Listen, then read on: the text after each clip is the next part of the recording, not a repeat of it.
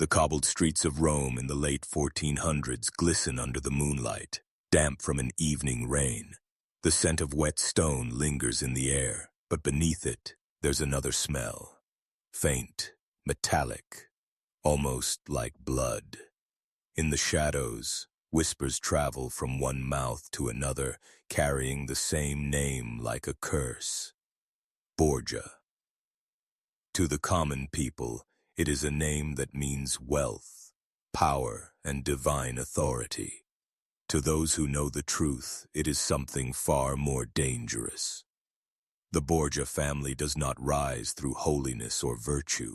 They ascend through calculation, seduction, and the ruthless elimination of anyone who dares stand in their way. In the heart of the Vatican, Rodrigo Borgia, a man with a priest's robes but a wolf's soul, walks through candlelit corridors. His eyes are sharp, his step confident. He is a man destined for the papal throne, but he knows the path to the tiara will be paved in treachery and blood. He has allies, yes, but more importantly, he has a family willing to do anything for him and for themselves.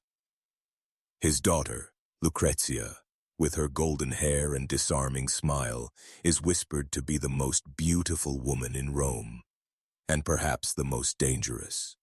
She is the perfect political pawn, a marriage tool for forging alliances, and when necessary, a handmaiden to poison.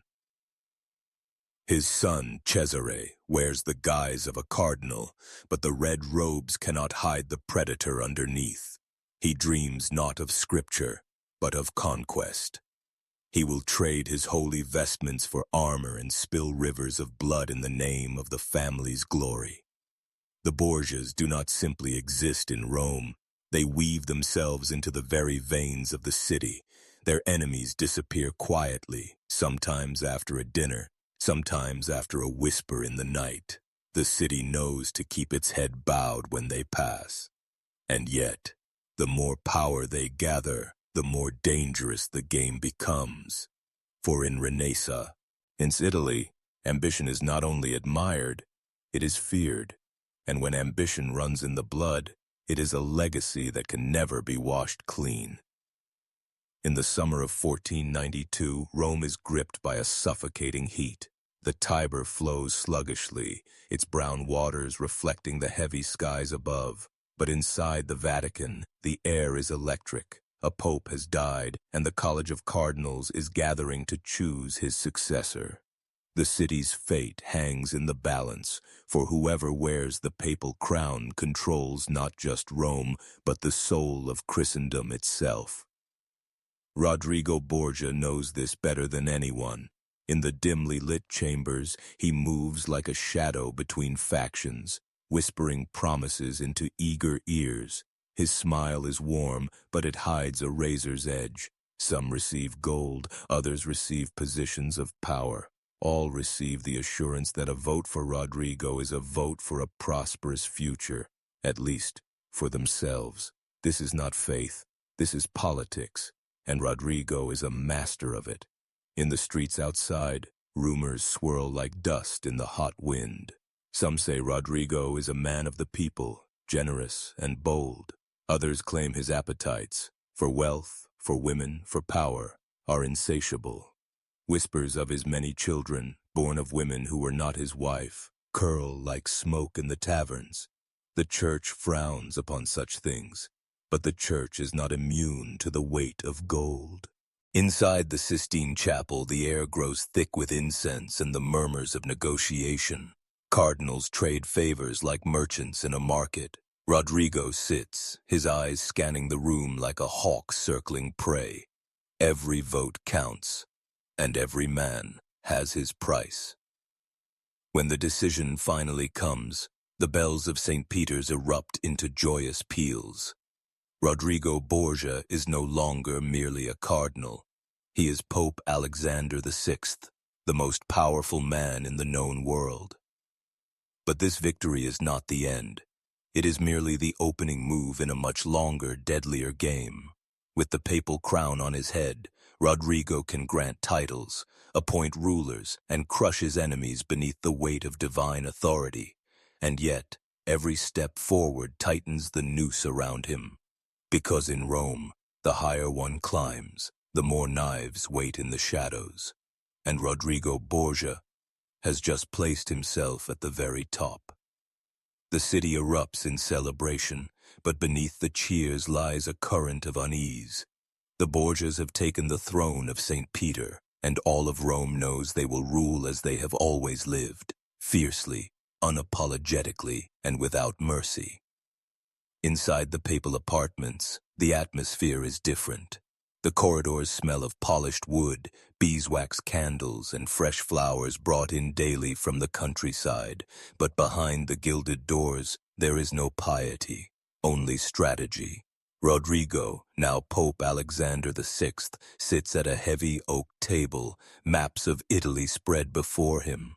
Beside him stands Cesare, his eldest son, tall and sharp-eyed, wearing the crimson robes of a cardinal. The irony is not lost on anyone. The Pope's son, dressed as a man of God, speaking openly of conquest and war. Cesare is restless. The Church's rituals bore him. He does not dream of prayers, but of fortresses, of armies, of banners snapping in the wind. "Father," he says in a low voice, "if we are to hold power, we cannot only defend it, we must expand it." Rodrigo nods, the corner of his mouth curling. His mind works like a chessboard. Each cardinal, each noble, each ruler of Italy a piece to be moved, bought, or sacrificed. But he also knows the value of beauty in politics, and that is where his daughter Lucrezia comes in. Lucrezia enters the room, a vision in silk, her golden hair braided with pearls. She is still young, but already the Vatican's whispers cling to her like perfume, that she is not merely a pawn, but a weapon. She curtsies to her father, her smile angelic. Yet even in her innocence, she understands her role. She will be married to secure alliances, to draw enemies closer, and perhaps to make them disappear. The Borgias' hold on power is like a spider's web, each thread carefully placed, each connection serving a purpose. But webs are fragile things, and in Italy, rival families like the Orsini and the Colonna watch with hawk-like eyes, waiting for a misstep. Still, the Borgias know one truth above all: fear is the strongest currency. And soon, their enemies will have much to fear. Because Pope Alexander VI is no mere shepherd of the faithful. He is a predator cloaked in white. Autumn settles over Rome, painting the skies in muted golds and purples. From the highest balconies of the Apostolic Palace, the city looks serene. Domes gleaming in the evening sun, streets alive with the chatter of merchants and the clatter of carriage wheels. But within the Vatican walls, serenity is an illusion. The Borgias are already plotting their next move. Cesare, despite his cardinal's title, spends his nights in the company of mercenaries and diplomats rather than priests. He studies the movements of rival families, memorizing their alliances and their weaknesses. His charisma is undeniable. He can charm a soldier as easily as he can intimidate a noble, but there's a coldness in his gaze that speaks of something far more dangerous, a readiness to kill without hesitation. Rodrigo watches him with pride. His son is everything he envisioned. A mind for strategy, a will for dominance. But he also knows Cesare's ambition is a double-edged sword. A son so hungry for power could one day turn on his own father. Still, for now, they share the same cause, the expansion of Borgia influence. Meanwhile, Lucrezia begins her first role in the family's political theater. At barely 13, she is betrothed to Giovanni Sforza, a man twice her age and lord of Pesaro. The match is strategic, designed to bind the powerful Sforza family to the Borgias. But to Lucrezia, it is little more than another move on her father's chessboard. The wedding is a spectacle of gold and silk, with cardinals in crimson robes blessing the union and noble families feasting beneath glittering chandeliers. Rome marvels at the beauty of the young bride, but in the whispers behind closed doors, the truth spreads. The marriage is not about love. It is about control. And control is something the Borgias never surrender. Still, every alliance has a cost. The Sforzas bring their own ambitions, their oaths, and grudges. And as Cesare studies the room from the edge of the feast, his gaze lingers on certain faces a little too long. He knows some will soon be enemies. Outside, the night air cools, carrying with it the sound of bells from St. Peter's. But in the hearts of those who truly understand Rome's politics, the ringing sounds less like a call to prayer and more like a warning.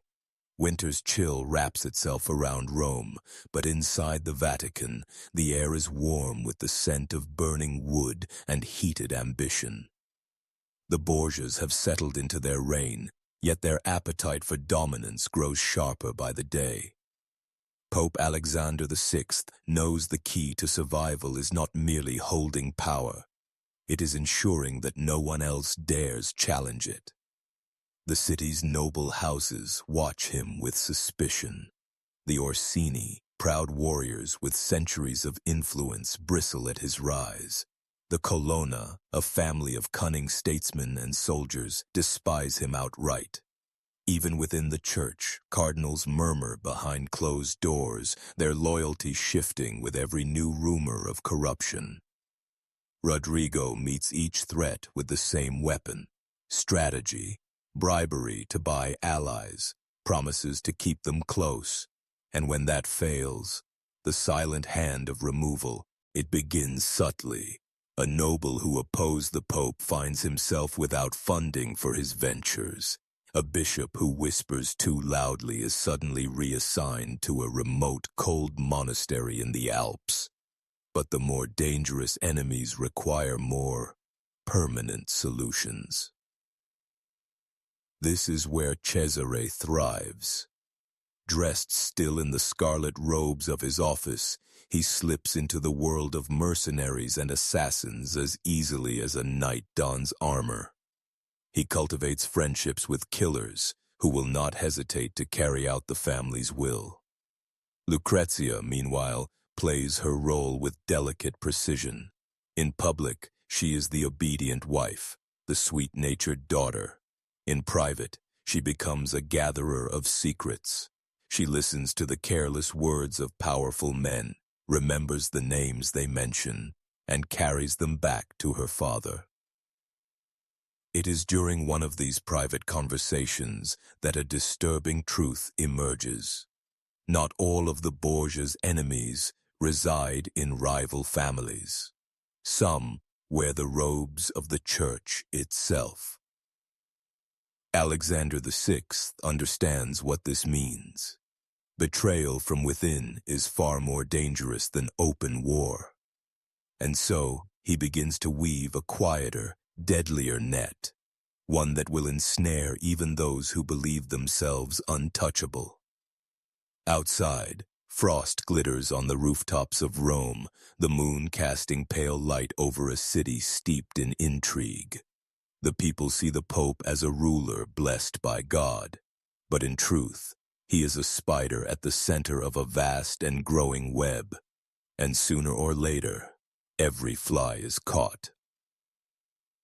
By early 1494, the first cracks in the Borgia alliances begin to show. The marriage between Lucrezia and Giovanni Sforza, so carefully arranged for political gain, is no longer serving its purpose. The Sforzas are proving less loyal than Rodrigo had hoped, their influence waning in the volatile chessboard of Italian politics. To the Pope, loyalty is not negotiable, it is absolute, and when it falters, it must be severed. Rodrigo decides the marriage must end, but an annulment is no simple matter. Divorce is unthinkable in the eyes of the church, and so a reason must be found. Or fabricated. Rumors begin to seep into the courts that Giovanni is impotent, incapable of fulfilling his marital duties. To accuse a nobleman of such a failing is to strike at his very manhood, and the humiliation burns deeper than any blade. Giovanni, furious and cornered, flees Rome.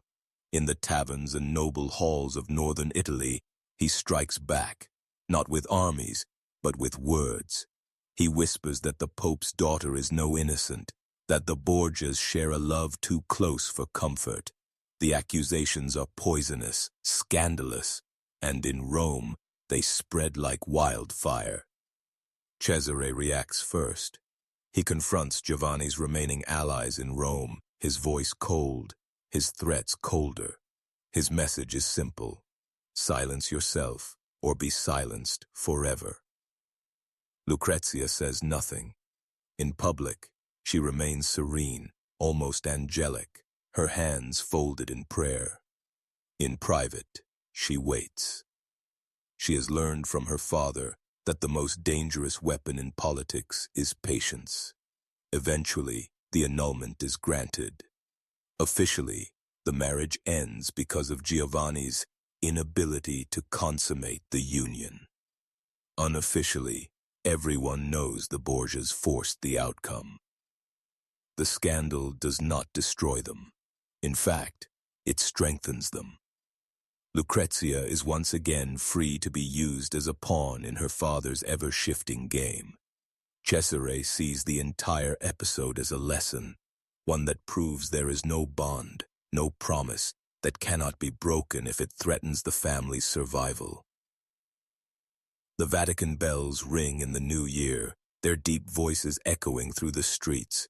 Rome kneels before Pope Alexander VI, unaware, or perhaps unwilling to admit, that the Holy Father's greatest strength lies not in prayer, but in manipulation. And as for the Sforzas, the fall from favor has only just begun. 1494 does not belong to the Borgias alone. Beyond Rome, the ground beneath Italy begins to tremble with the march of foreign boots. King Charles VIII of France, young and ambitious, has set his sights on the Kingdom of Naples. His army, hardened and hungry, sweeps across the Alps like a winter storm, and the fragile balance of Italian politics shatters in an instant. Pope Alexander VI understands the danger and the opportunity. A foreign invasion could destroy the Borgia power base or elevate it to untouchable heights.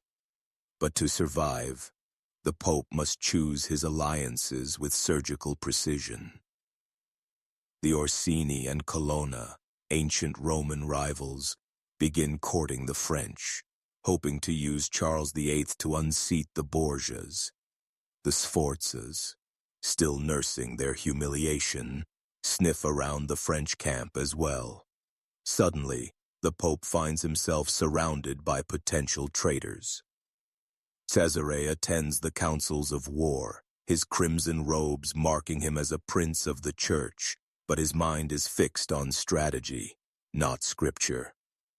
He suggests to his father that they play both sides, promising support to the French while quietly fortifying their ties with Naples. The one who survives a storm, Cesare says, is the one who sails with the wind until it changes. Lucrezia, kept away from the battlefield, plays a quieter but no less critical role. In the candlelit salons of Rome, she listens as noblewomen speak of their husbands' plans, of which generals are meeting with which envoys. Every word she hears is carried back to her father, every rumor carefully weighed. As the French army advances, the streets of Rome grow tense. Merchants hoard their goods, fearing a siege. Soldiers in Borgia pay are seen sharpening blades in alleyways. In the Vatican, Rodrigo meets with envoys from both camps, smiling and offering blessings with the same hands that sign secret orders. When Charles VIII finally enters Rome, he expects resistance. Instead, he is greeted with processions, music, and the open arms of the Pope. Alexander VI offers the French king lodging in the Vatican itself, a gesture of hospitality masking a deeper calculation. In truth, the Pope has no intention of letting the French stay. He simply needs time to measure their strength, their intentions, and their weaknesses. Because in the great game of Renaissance politics, survival is not about winning every battle, but knowing which ones to fight and which ones to delay. The French occupation of Rome is short-lived, but its shadow lingers. King Charles VIII soon discovers that the city he thought would cower before his army is far more dangerous than any battlefield. Rome is a nest of daggers, and none are sharper than those held by the Borgias. Within days, Cesare begins quietly undermining the French presence. He sends messengers to Neapolitan allies, urging them to bide their time. He meets with discontented French officers in secret, feeding their doubts about their young king's leadership. Every whisper sown is a crack in the French foundation. Rodrigo plays the role of gracious host flawlessly. He walks beside Charles in public, blessing his men, speaking warmly of friendship between France and the Holy See. But in private, he studies the French king with the eye of a predator sizing up prey. Charles is young, impulsive, and intoxicated by his own power. And Alexander VI knows that men like this are easiest to manipulate. By the spring of 1497, Cesare's restlessness has reached a breaking point. The scarlet robes of a cardinal have become a cage, suffocating his true nature. His ambitions are no longer confined to the Vatican corridors. They spill into the streets, the countryside, and the battlefields of Italy. But for now, he must play the role his father demands. The pious prince of the church, the holy son of the Holy Father. In the papal chambers, Rodrigo sees the same fire in Cesare's eyes that once drove him to the throne. But the Pope also knows that to release his son from the cardinalate would draw the fury of Rome's clergy. The transformation must be gradual, hidden behind a veil of necessity. A veil that will soon arrive in the form of blood. On a warm summer evening, the city is shaken by news that seems almost unthinkable. Juan Borgia, the Pope's favored son and commander of the papal armies, has vanished. His horse is found wandering near the Tiber, its saddle stained with blood. By dawn, fishermen drag Juan's body from the river, his throat cut, his body riddled with wounds. The Vatican descends into chaos. Rodrigo is devastated, his grief erupting in public displays of mourning. But behind closed doors, his rage is volcanic. He demands answers, and he demands them now. Suspicion spreads like a plague. Some whisper that the Orsini arranged the murder, seeking revenge for their diminishing power. Others point to rival condottieri, eager to cripple the papal military. And there are those, quieter, more dangerous voices, who suggest the killer was closer to home. Cesare's reaction is a mask. In public, he stands beside his father, a pillar of solemn strength. In private, his eyes burn with an intensity that unsettles even those closest to him. Whether he mourns his brother's death or seizes it as an opportunity, none can say for certain. Rodrigo's grief soon turns to rapport. Solve. Someone will pay for this, not just with their life, but with the utter destruction of their family name. In the wake of Juan's murder, Cesare begins to step out from the shadow of the church. The time for red robes is ending. The time for steel is near. And Rome, though it does not yet know it, is about to meet a very different kind of Borgia. The murder of Juan Borgia becomes more than a family tragedy. It is a political earthquake.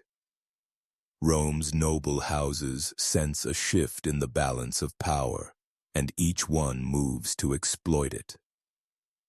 The Orsini and Colonna begin discreet talks with foreign allies.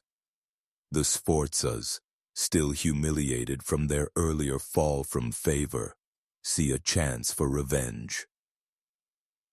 But no one moves faster than Cesare. Freed from the rivalry of his brother, he steps into a role he has been quietly preparing for years. He becomes the Pope's most trusted advisor, not in matters of faith, but in matters of war and vengeance. The Vatican corridors echo with his footsteps as he meets with captains, spies, and informants. The first target is the Orsini. Cesare begins dismantling their influence in Rome piece by piece. Papal decrees strip them of privileges. Their allies in the Curia find themselves reassigned or dismissed.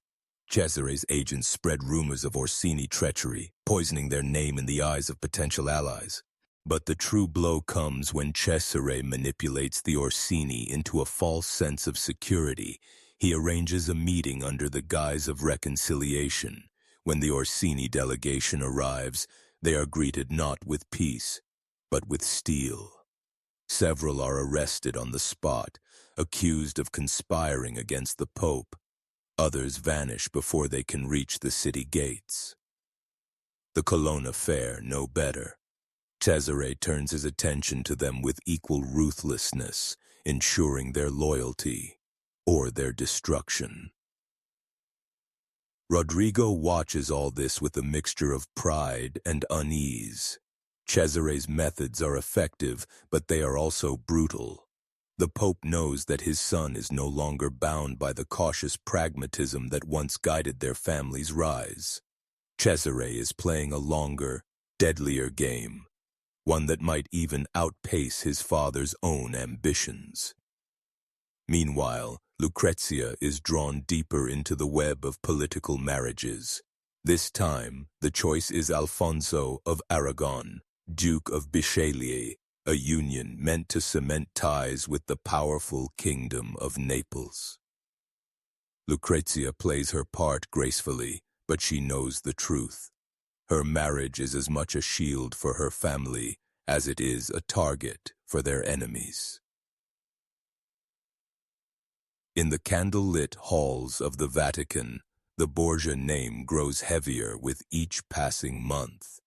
It is no longer simply a name of power. It is a warning. And Cesare, more than anyone, intends to make sure it stays that way. The marriage of Lucrezia Borgia to Alfonso of Aragon is celebrated with all the splendor Rome can muster. Trumpets blare from the Castel Sant'Angelo, crimson banners drape the streets, and the nobility of Italy gathers beneath glittering chandeliers in the Vatican's grand halls.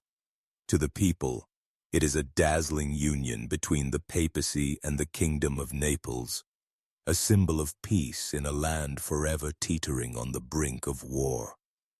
But behind the smiles and toasts, the atmosphere is tense. The French tiaras. Riot has not vanished, and Naples remains wary of their designs. The alliance through Lucrezia is meant to ensure mutual defense. Yet every guest knows it is also a calculated move in the Borgias' endless game of survival. Cesare plays the role of doting brother well enough, but his eyes are elsewhere. He studies the Neapolitan envoys, gauges the strength of their guards, and listens for any sign of weakness. To him, Alfonso is not family by affection, but by utility.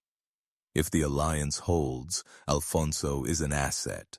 If it falters, Alfonso is expendable. Rodrigo, meanwhile, basks in the apparent success of the union. He speaks warmly of the friendship between Rome and Naples, of unity under God's blessing. But his mind, as always, is moving 3 steps ahead. Every alliance is a temporary one. The challenge is knowing exactly when to abandon it. Lucrezia, for her part, embraces her role with poise. She is genuinely fond of Alfonso. His youth, his charm, his gentler spirit set him apart from the brutal men who dominate her world. Yet even she knows that affection is dangerous in a family where love is often the first casualty of ambition. As the celebrations continue, whispers ripple through the crowd. Some speak of Cesare's growing ambition, others of the Pope's tightening control over Rome's nobility, and a few, the boldest, mutter about the Borgias' supposed sins, the rumors of poisonings, betrayals, and unholy alliances that stain their name. The feast lasts deep into the night, wine flowing as musicians play beneath the frescoed ceilings. Yet for all the music and laughter, there is an unspoken truth in the air. In the Borgias' Rome, every friendship is fragile, every alliance conditional, and every bond, even once sealed with a wedding, can be broken in an instant. And as history will soon show, the Duke of Biscay's place in the Borgia story will be far from a happily ever after. The early months of Lucrezia's marriage to Alfonso of Aragon are marked by a rare calm in the Borgia household. The young couple takes walks through the Vatican gardens, exchanging smiles that seem untouched by politics. Alfonso's charm wins over many in Rome.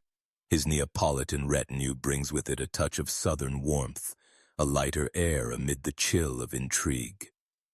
But Cesare watches with a calculating eye. Peace is never permanent in Italy, and Alfonso's very presence ties the Borgias to the fortunes of Naples. Across the Alps, France still covets the throne of Naples, and in Cesare's mind, alliances with the doomed are a liability. The winds shift quickly. In the summer of 1498, political currents begin to pull Cesare away from Naples and toward France. The French king, Louis XII, offers him what no Italian alliance could: the chance to shed his cardinal's robes forever and emerge as a secular prince and military commander. For Cesare, this is the path he has been waiting for: the transformation from churchman to conqueror. But such a move has consequences. Aligning with France means turning against Naples and against Alfonso. The tension begins subtly. Cesare grows colder toward his brother-in-law, their conversations clipped, their meetings rare. Alfonso senses the change and grows uneasy. His position in Rome begins to feel less like an honor and more like a trap. Lucrezia feels the shift most keenly. She watches the distance grow between her husband and her family, her loyalty pulled in two directions. In private, she pleads with Cesare to spare Alfonso any harm, but her words fall into the silent void of her brother's ambitions. Rodrigo, ever the pragmatist, sees the inevitable. The alliance with Naples no longer serves the Borgias' greater strategy. France is the future, and Naples, with or without Alfonso, is expendable. One evening, as the sun bleeds across the rooftops of Rome, Cesare stands on a balcony overlooking the Tiber, speaking quietly with one of his captains. His words are calm, deliberate, but heavy with meaning. A decision has been made, one that will end the fragile peace in the Borgia household. And in the shadows of the Vatican, the Duke of Biscay's fate has already begun to tighten around his throat. The summer of 1500 in Rome is sweltering, the air heavy with the scent of dust and sweat. The streets buzz with rumors, not of war, but of whispers within the Vatican itself. Alfonso of Aragon, once welcomed as family, is now seen as an outsider. His walks through the city are shadowed by men whose eyes linger too long, whose hands rest casually on sword hilts. Lucrezia feels the noose tightening, even if Alfonso tries to ignore it. She begs him to be cautious, to keep to the Vatican's safer corridors, but her words carry the tremor of dread. Alfonso, proud and unwilling to appear weak, brushes off her concerns with a smile that fails to reach his eyes. The turning point comes late one evening. Alfonso is returning from a visit to the basilica, the sound of his horse's hooves echoing off the cobblestones. In the gloom, figures emerge, silent, swift, and purposeful. Steel flashes in the torchlight. A cry rings out. By the time the guards arrive, Alfonso lies bleeding on the stones, his tunic soaked crimson. The city wakes to the news with shock. Officially, the attack is blamed on enemies of Naples, perhaps even agents of France. Unofficially, everyone suspects the truth. This was no random ambush. Lucrezia is frantic, refusing to leave her husband's side as surgeons tend to his wounds. In the flicker of candlelight, she sees Cesare enter the room. His expression is unreadable, his voice calm, as he offers polite words of concern, but in his eyes there is no warmth, only the cold certainty of a man watching a plan unfold exactly as intended. Days pass. Alfonso clings to life, his body weakened but his spirit still defiant. He whispers to Lucrezia that he believes Cesare was behind the attack. She says nothing, her heart torn between the man she loves and the family that owns her fate. Then, one quiet night, the Vatican halls grow strangely still. Footsteps echo in the corridor outside Alfonso's chamber. Two figures slip inside. Moments later, the muffled struggle ends with a sickening silence. When Lucrezia returns, Alfonso's bed is empty save for the stillness of death. The official cause, complications from his wounds. The truth, as all of Rome knows, is murder. And with Alfonso's death, Cesare Borgia steps fully into the role he has long coveted. Not just the Pope's son, but his sword. The death of Alfonso of Aragon sends ripples through every court in Italy. In Naples, outrage simmers just beneath the surface. The young duke was not only a prince of their blood, but a symbol of the fragile alliance that had once tied them to the papacy. Now, with his murder all but confirmed in the minds of Neapolitan nobles, the alliance is shattered. But in Rome, Pope Alexander VI does not mourn. He moves quickly, with the precision of a man who understands that in politics, the only way to survive a scandal is to control its aftermath. Official proclamations emphasize Alfonso's supposed frailty, his tragic decline after the attack. To the public, the Pope plays the grieving father-in-law. In private, he praises Cesare for removing a liability. Cesare wastes no time, piping into his new role as the family's true enforcer. Shedding the red robes of the Cardinalite, he takes on the armor of a condottiere, his sword now as much a tool of papal power as any decree from the Curia. The transformation is complete. Cesare Borgia is no longer bound by the church. He is a prince in his own right, and a predator without a leash. Lucrezia retreats from public life, her spirit dimmed. She is sent away from Rome under the pretense of mourning, but those who know the Borgias understand the truth. Her absence is as much about protecting her image as it is about keeping her silent. In the months to come, she will be used again, her hand offered to yet another political suitor when the time is right. With Alfonso gone, Cesare turns his eyes outward. His ambitions are vast, to carve out a dominion in central Italy that will belong not to the papacy, but to himself. His plans are no longer confined to Rome's political circles. They now stretch across the patchwork of small states and lordships that dot the Italian peninsula. And Cesare has the perfect tool to begin this conquest: fear. His reputation as a man who eliminates threats without hesitation precedes him. Lords and mercenaries alike know that defiance against Cesare Borgia does not end in compromise. It ends in blood. As the summer heat fades into the chill of autumn, Cesare rides out from Rome with a small but loyal army. Behind him, the shadow of the Vatican stretches long across the cobblestones. Before him lies a landscape of opportunity and corpses yet to be made. Cesare's first campaigns as a warlord begin with startling speed. He rides north through the hills of Umbria and into the Romagna, a region fractured by feuding lords and weakened alliances. His banner, the golden bull of the Borgias, becomes both a herald of power and a warning. His strategy is simple and terrifying. Strike fast, strike decisively, and leave no doubt as to the consequences of resistance.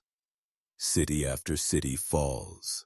Some surrender without a fight, their leaders kneeling before Cesare in exchange for mercy. Others choose defiance and are made examples of. In the fortress town of Imola, Cesare stages a calculated show of force. He marches prisoners through the streets in chains, their heads bowed beneath the jeers of the crowd. But when the gates of the central piazza close, mercy vanishes. The condemned are executed in full view, their deaths a spectacle meant to sear itself into the memory of anyone thinking of rebellion. Cesare does not simply conquer, he reshapes the territories he takes. He replaces disloyal governors with men whose allegiance lies with him alone. Taxes are reorganized, militias disarmed, and fortifications strengthened. Every change cements his control. The Pope's blessing hangs over all of it, but those who serve Cesare know the truth. This is his domain now.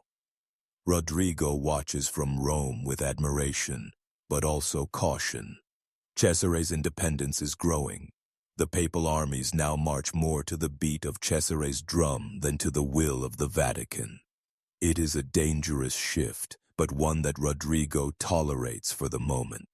After all, every inch Cesare takes expands the Borgia shadow across Italy. In Cesare's inner circle, loyalty is rewarded richly. Condottieri who serve him well are given gold, titles, and lands. But betrayal, or even hesitation, is met with swift and public punishment. Men whisper of captains found dead in their beds, of rivals who vanish during midnight rides. Cesare does not deny the rumors, he cultivates them. Fear is his greatest ally. By the winter of 1500, the Romagna is firmly under his grip. The once fractured region now bends to the will of a single man. But Cesare is not satisfied. The map of Italy still holds too many independent lords, too many pockets of resistance. And Cesare Borgia has no intention of stopping until every one of them bows. By early 1501, Cesare's ambitions have grown bolder, his campaigns more ruthless. The Romagna is his staging ground, but his gaze now sweeps further, toward the wealthy cities of central Italy that still cling to their independence. For centuries, these small states have survived by balancing between larger powers. Cesare intends to end that balance forever.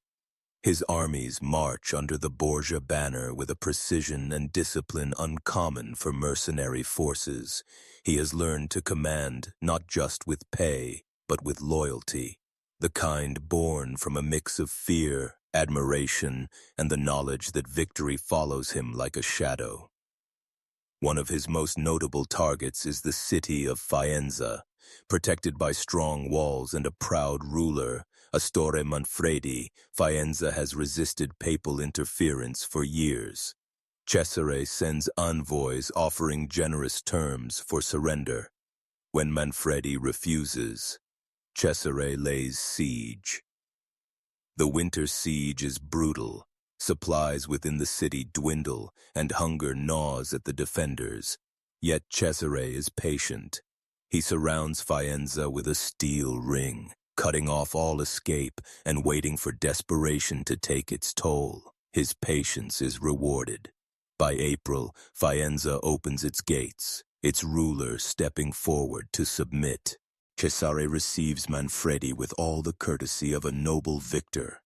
The young lord is treated with honor, dined with, and assured that he will be taken to Rome under papal protection. But those who know Cesare understand. His promises last only as long as they serve his purposes. Weeks later, Manfredi is found dead in mysterious circumstances. The message is clear. Surrender to Cesare and live under his will, or defy him and vanish from history. Back in Rome, Pope Alexander VI hails the victories as triumphs of papal authority. But even he begins to recognize that Cesare's conquests are personal. These lands do not belong to the Vatican. They belong to Cesare. The Pope's blessing is no longer the source of Cesare's power. It is merely a convenient cloak for it. Lucrezia, now far from Rome in Ferrara, hears of her brother's growing empire with a mix of awe and apprehension. She knows that while Cesare builds kingdoms, he also builds enemies, and in Italy, enemies have long memories. Yet Cesare does not dwell on such dangers. His map still shows too many territories untouched by the Golden Bull, and in his mind, each one is simply a conquest waiting for his name. By mid-1501, Cesare's shadow stretches across nearly all of the Romagna. His name alone is enough to make smaller lords rethink their defiance. But he knows that holding power in Italy is not simply about capturing cities. It is about eliminating any rival who might one day rise against him. His next step is as much a purge as a campaign. Many of the condottieri who once served him in his early conquests are themselves powerful men with private armies. Cesare understands they are dangerous allies. They will fight for him today, but could just as easily fight against him tomorrow. And so, he sets about removing them, not in open battle, but through carefully staged acts of betrayal. In December, he orchestrates, as one of his most infamous moves, several of his former allies, including Vitellozzo Vitelli, Oliverotto da Fermo, and members of the Orsini, are invited to a meeting in the town of Senigallia under the promise of reconciliation. They come willingly, believing Cesare seeks to heal old wounds and unite them for future campaigns. The meeting begins with warm greetings, embraces, and polite conversation. But the moment the doors close, Cesare's soldiers move in. Swords are drawn, escape is cut off, and the guests, once his comrades, are seized. Some are executed on the spot, others are strangled in the following days. Their troops, suddenly leaderless, either disband or swear loyalty to Cesare. The massacre at Senigallia shocks Italy. Even in an age of treachery, the sheer audacity of inviting allies to their deaths sends a clear message. Cesare Borgia does not forgive betrayal, real or imagined, and he does not wait for threats to ripen. He plucks them out at the root. In Rome, Pope Alexander VI is both impressed and unsettled. Cesare's methods are brutally effective, but they carry the stench of a prince who serves his own ambition above the church's. Yet Rodrigo swallows his unease.